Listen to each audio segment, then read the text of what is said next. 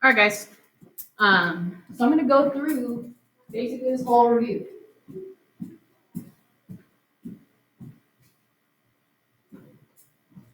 Okay. I'm going to post this so you can go through it. Hopefully, do pretty good on your CBA. This really should go over everything that you would need to know for the CBA, and I'm going to let you use the review on it if you do it. Okay. So if you do the review, then that should really help you out. Okay. You'll get to use it. You'll have it. I'm showing you how to do it right now. So here we go. Let's kind of review. Especially this first page is old stuff. All right. So what is the molar mass of Ca3PO4? So remember, molar mass is I take the mass of a periodic table. I just go, I look at their mass in the periodic table, and I add them up. That's it. Okay. So for calcium, it's 40.01. 40.01 is for calcium. But there's 3 of them, so multiply by 3. And then I'm going to add to it phosphate. Remember, this little 2 goes to both. Okay, so 2 is multiplying with the phosphorus and the oxygen. I covered it up. Let's try that, sort of. Okay, so there's going to be 2 phosphoruses. So phosphorus's mass is 30.97. 30.97, but there's 2 of them because that 2 is outside the parentheses. So I'm going to multiply it. And then lastly, we're going to tack on oxygen. There's 4 oxygens already, and the 2 outside the parentheses. Outside parentheses means multiply. So 4 times 2 is 8. So there are 8 oxygens. So the mass of oxygen is 16, but I'm going to multiply it by 8 because there's 8 of them. I'm trying to hurry because I have a meeting to get to, so you can add that up, all right? But that's how you do molar mass. You look at the periodic table, you account for the numbers, you add them up. All right. So it says how many moles of aluminum sulfate can be formed from a reaction of moles of copper sulfate. So I have mole to mole. That's a one-step problem, mole to mole, all right? So I'm going to look, I'm going to start with what's given. They said always start with what's given. I have 2 mole of copper 2 sulfate. Copper 2 sulfate is this one, because it's got the copper and it's got the sulfate. So I have 2 moles of CuSO4, like that. I multiply by the line. I told you it's going to be a one-step with mole to mole, so I know where I'm going to end it. Whatever unit you begin with is the one that's going to travel down, okay? So it's going to be mole of copper sulfate on the bottom, like that. And then whatever they're asking you for is going to go on top. They asked me for moles of aluminum sulfate. Well, that's this one. It has aluminum and sulfate in it. So I'm going to try to get to moles of Al2SO4 with 3. That long one. Okay. Now what goes here? This was stoichiometry. What numbers go here are the numbers that are in front of them in a balanced equation. So what's in front of copper sulfate is a 3. What's in front of aluminum sulfate is nothing, which means it's a 1. Again, I'm hurrying, so I'm not going to solve it, but this is the setup. So I have 2.5 times 1 divided by 3. Okay, so 2.5 times 1, hit enter, divide by 3. That's your answer. Okay. Next says how many grams of aluminum are needed to produce 125 grams of copper. We're still using this above equation, but grams to grams is a 3-step problem.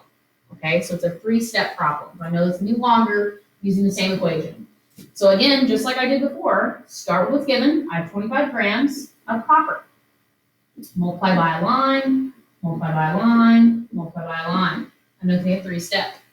Okay, whatever I'm starting with unit-wise has to go on the bottom, so I have grams of copper.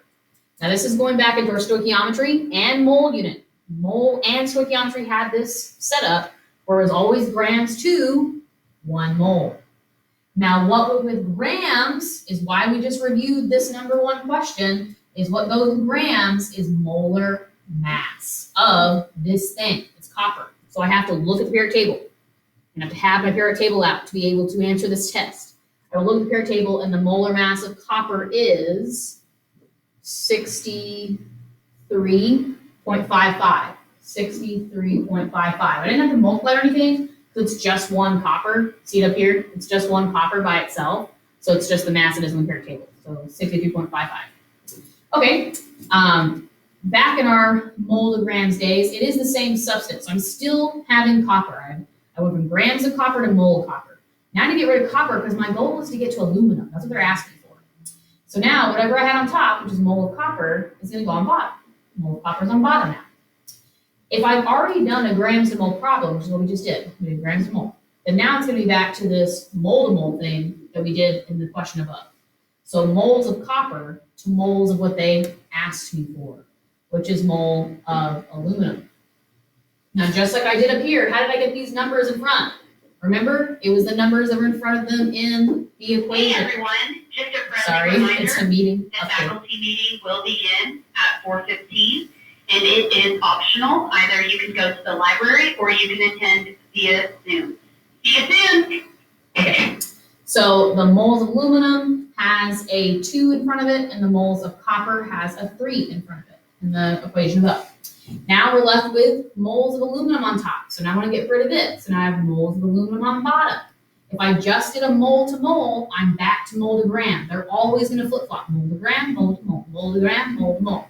So now I'm back to mole to gram. And when mole to gram is the same substance. So I have moles of aluminum, grams of aluminum on top, and that's what they asked me for. So we know we're good to go. We've set it up correctly. Now what went with grams to mole was 1 always went with mole, and molar mass goes with grams, okay? So I have to look here at table. Aluminum is 26.98, 26.98. There you go. Again, I'm in a rush, so I'm not solving them. This is the setup.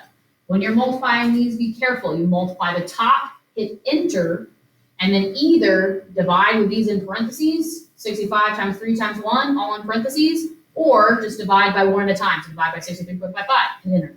Divide by 3, hit enter. Divide by 1, hit enter. Okay? All right, last it says, what is the mole ratio between copper sulfate and aluminum sulfate? Use the balance of equation. So we're looking at this one and this one, okay? The mole ratio is just the numbers that are in front of them. That's all it means. Mole ratio means what are the numbers that are in front of them? How do they relate? So it's going to be for every 3 copper sulfates, I need 1 aluminum sulfate. That's how they relate with each other. Because there's a 1 in front of aluminum sulfate and a 3 in front of copper sulfate. Okay, let's scroll on.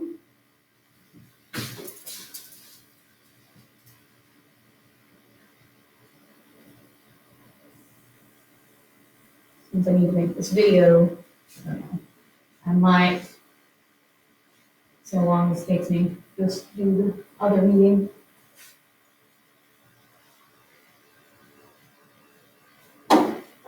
Okay, now it says, first off, what is a limiting reactant? Let's get to here. So a limiting reactant is the reactant I run out of first. If I run out of it, then it limits me from making more of the reaction happen. The reaction is going to stop because I ran out of one of those reactants. So the reactants are here. So which one of these reactants, it's a question, which one of these reactants do I run out of first? Okay. Now how we did those problems was you have to do 2 mole to mole problems. So they have, or actually grams to mole. So I have 125 grams of ammonia, which is NH3. And I have 155 grams of nitrogen monoxide, so NO, like that.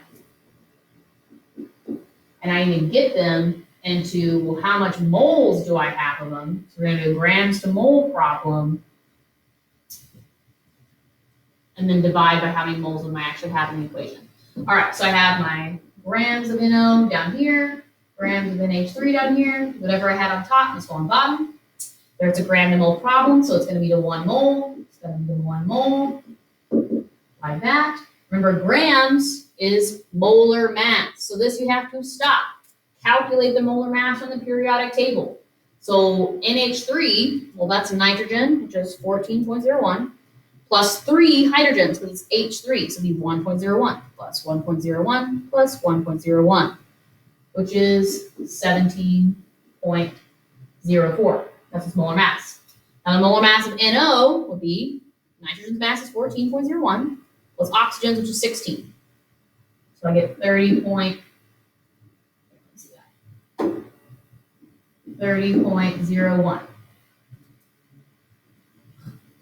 sorry, 30.01 is the molar mass of that one.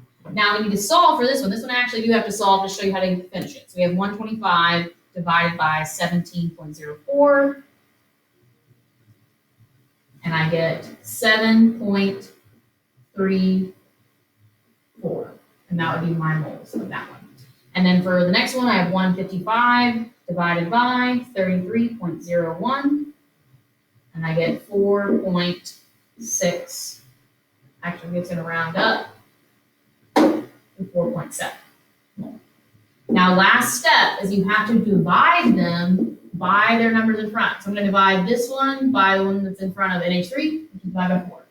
I'm going to divide the other one by what's in front of the NO, which is 6. Okay, so I have this one up already, so I'm going to divide by 6, which is 0.78. Then I have 7.34 divided by 4, which is 1.84. Okay, now you just look at it. Which one is the lower number? This one is the lower number, so NO is my limiting reactant. I ran out of it first if I started with this many grams of NO and this many grams of NH3. Even though I actually started with more grams of NO, it got used up faster, and I actually ran out of it first.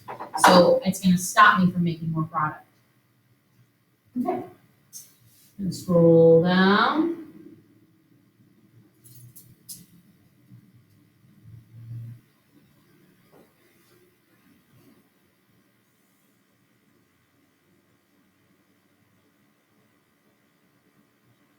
Okay. So for percent yield, how many grams of hydrofluoric acid are required to react completely with 23.6 grams of calcium hydroxide in the following reaction? When this experiment was conducted, an actual yield of 10.41 grams of hydrofluoric acid was collected. Calculate the percent yield. Okay. You know what? Is this all on there? I don't think so. I think I'm going to skip ahead. I'm going to go look at our key. Because I think you really only need to know how to do percent yield. This is do a limiting reactant, then percent yield. Right? So percent yield is the total. Oh, it's actual over theoretical. Oh my goodness, now it's been so long that I'm forgetting how to solve it.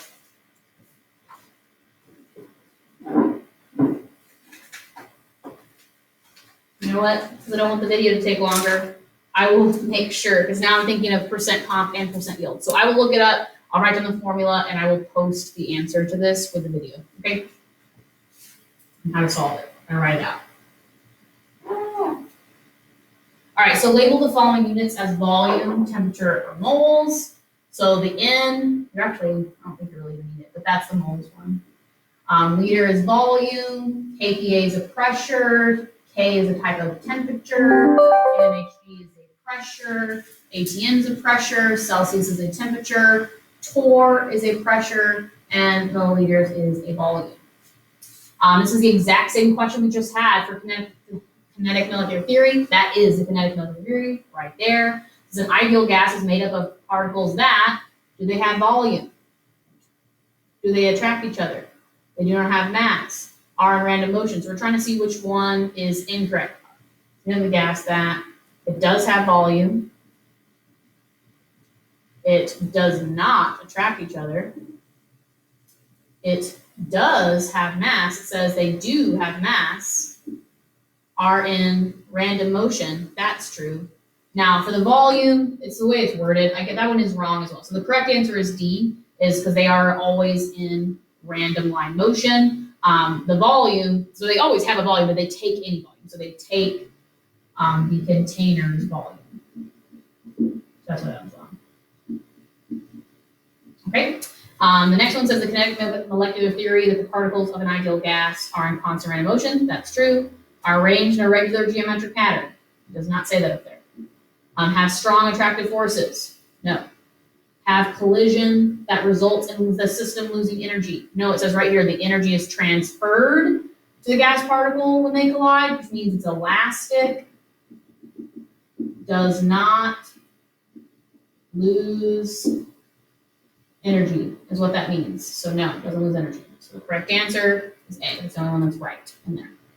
All right, so heating a contained gas at constant volume will do what to the pressure? So if I heat a contained gas at a constant volume, so I'm heating a gas and the box doesn't change. So I have it in a box, I don't open the box, it has to stay in this box, and now I'm heating it up.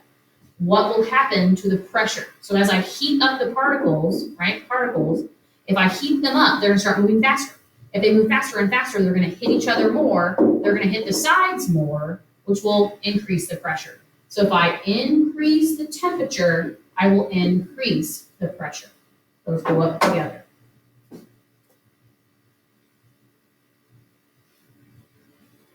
Okay, and then we just have 2 problems.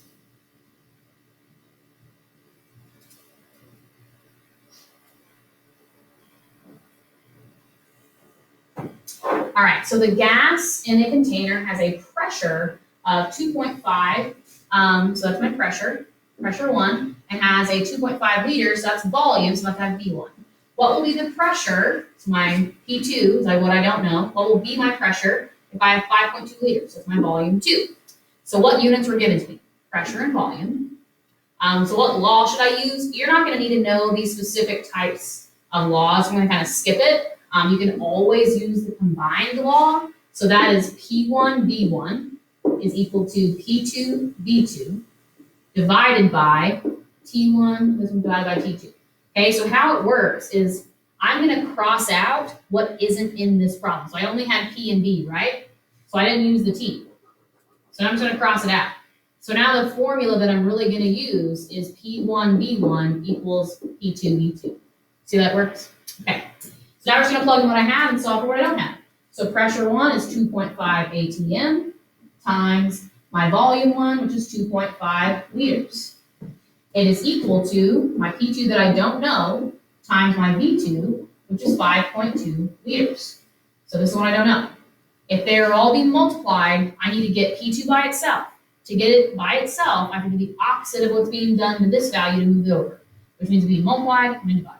So I'm going to divide off 5.2 liters. That makes it go away over here. And now it's over here. So 5.2 liters. Okay, once it's moved, there you go. That's how you solve for it. So again, they're going to save time by not actually solving it, but that's where you're going to plug in the calculator. All right, last one. Let's rewrite our formula here. Is P1 V1 is equal to P2 V2 divided by T1 over here and divided by T2. Okay, so I have a 3.5 liter gas sample, so that's volume 1, at 20 degrees Celsius, so that's temperature. Remember for temperature, I'm going to scoot this up so I can kind of write it here. Temperature has to be in Kelvin, so I'm going to take my 20 degrees C, I'm going to add 273, and that's going to make it be in Kelvin. So let's go ahead and do that. So I have 20 plus 273, which is 293 Kelvin. So this is my actual T1, is that 293 Kelvin. And then I have a pressure of 650 mg, which is my P1. So I have my V1, T1, P1. It's allowed to expand to a volume of 8.25 liters. So that's my V2. It has a final pressure of 425 mmHg, which that's my P2. What is my final temperature? So what I don't know is my final temperature, which is T2 of the gas. So what units are given? Volume, pressure, and temperature. It's giving me everything. So it's giving me everything, then this is the formula I have to use. I have to use the big combined formula because they gave me all the types of values. Plug in what I have, solve for what I don't. So P1 is 650 mmHg times V1, which is 3.5 liters, divided by T1, which we solved to be 293 Kelvin, is equal to P2, which is 425 mmHg, times V2, which was 8.25 liters, divided by T2, which we don't know, okay? Now, to solve for this, I have to move T2 up from the bottom and then get it alone. So to move it up from the bottom is being divided. So the way to move it up is to multiply it, T2. Okay, so I multiplied up, and now it's gone from this side. Whatever I do over here, I have to do over here. So I multiply by T2, now it's on top. Now I need to move everything else. This is kind of like the hardest one to solve for, things on the bottom. Because now I need to move all of this. All of this I need to be moved onto this side. Okay, so I'm going to kind of erase what I had going on here. Now that's gone. Oh. So now that's gone. This is what I'm left with over here. Now I move this over. Remember, it's on the bottom, so I need to multiply it. So multiply by 293K. Now that's gone. And it's going to be on top. Multiply by 293K. Okay. So I'll just erase it from this side since it's gone. Now I need to move over the 650 mmHg and this 3.25. Well, they're all being multiplied. So to get them gone, I need to divide by them.